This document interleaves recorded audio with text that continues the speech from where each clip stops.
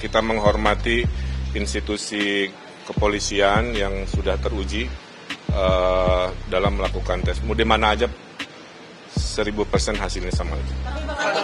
Ridwan Kamil jawab tantangan Lisa Mariana tes DNA ulang, 1000% hasilnya sama saja.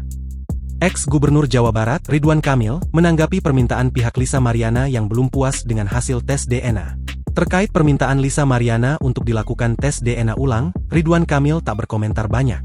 Saya tak ada komentar, kami menghormati institusi kepolisian yang sudah teruji dalam melakukan tes DNA, ujarnya usai pemeriksaan di Bareskrim Polri Kebayoran Baru Jakarta Selatan, Kamis, 28 Agustus 2025. Mau di mana saja, 1000% hasilnya sama, lanjut mantan wali kota Bandung tersebut. Diketahui, kasus ini masih dalam tahap penyidikan oleh Direktorat Tindak Pidana Siber Bareskrim Polri.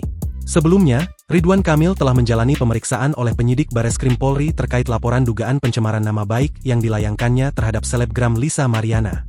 Adapun pemeriksaan terhadap Ridwan Kamil hanya berlangsung kurang lebih selama 1 jam, setengah sejak tiba pukul 15.02 WIB dan keluar dari gedung Bareskrim Polri pukul 16.45 waktu Indonesia Barat. Usai pemeriksaan di gedung Bareskrim Polri Kebayoran Baru Jakarta Selatan, Kamis, 28 Agustus 2025, Ridwan Kamil mengaku dirinya dicecar 12 pertanyaan oleh penyidik termasuk mengenai hasil tes DNA.